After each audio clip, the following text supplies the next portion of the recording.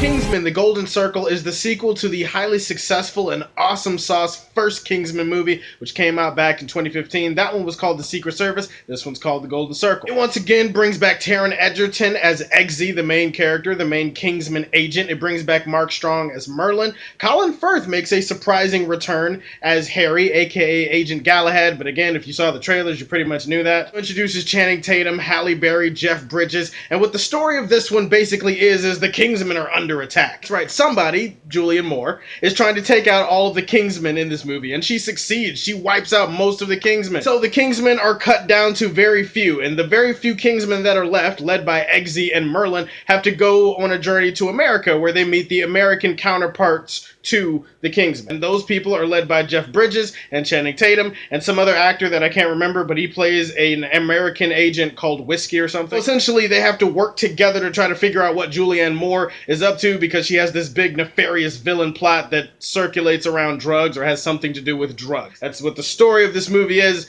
And did this movie deliver? Well, mostly. If you're a fan of the first movie, then there's going to be quite a bit about the sequel that you're going to enjoy. In fact, I really did. I enjoyed the hell out of this movie. The same style and verve and wit and energy, sense of fun that the first movie had. This movie carries that over very nicely. Everyone was really great in this movie. Taaron Edgerton, my God, is there anyone else that could have played this role? It's almost like he was born to play this role. He was just as badass and just as much of a smartass as he was in the first movie. Everybody else was great. He has a really great rapport with Mark Strong, aka Merlin. Colin Firth is back in this movie, and I will not spoil what his story is. I will not spoil what his character arc is. Colin Firth actually had a much more expansive role in this movie than I thought he was going to have, and I actually really did appreciate his character arc. There's some stuff that he goes through. You get to find out a little bit about his life before he became a Kingsman. You get to see some of his past. Just like the first one, I thought that this movie had some very interesting soundtrack choices. I really like the soundtrack for this movie, just like I like the soundtrack for the first movie. It does have some visually entertaining action sequences. Like, if you just want to sit there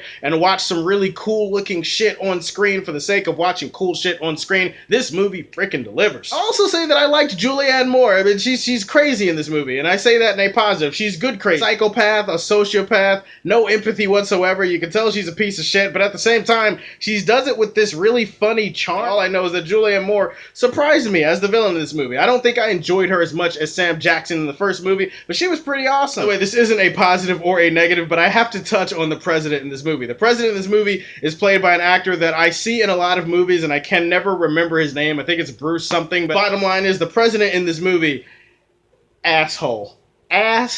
One of the worst presidents I've ever seen. And again, that's not a positive or a negative. It just is what it is. It's kind of funny, actually, but you see the president in this movie, and it's just, my God, he's awful. It's the worst president that you could ever imagine. Even though I did enjoy this film, and even though I do think it's a worthy sequel, a worthy follow-up to the first Kingsman, this movie does have some problems that kept me from loving it. One of the problems with a lot of sequels is that they try to go bigger, they try to go better, they try to take everything that was great about the first movie, and they try to double down on it and do it twice as big, twice as better, twice as longer, and blah, blah, blah, blah, blah, blah, blah. You've seen that before. I feel like this sequel does suffer from a bit of a lack of focus. There's a lot more of a story here, and sometimes the story is a little bit scatterbrained in how it gets its characters from point A to point B. There's a lot more characters to juggle, and in that sense, I don't feel like the movie had its bearings about it. They did mishandle some characters, and the statesmen, like the American counterparts to the British Kingsmen, which I was kind of excited to see, because I thought, oh, well, that'd be pretty cool to see an American version of the Kingsmen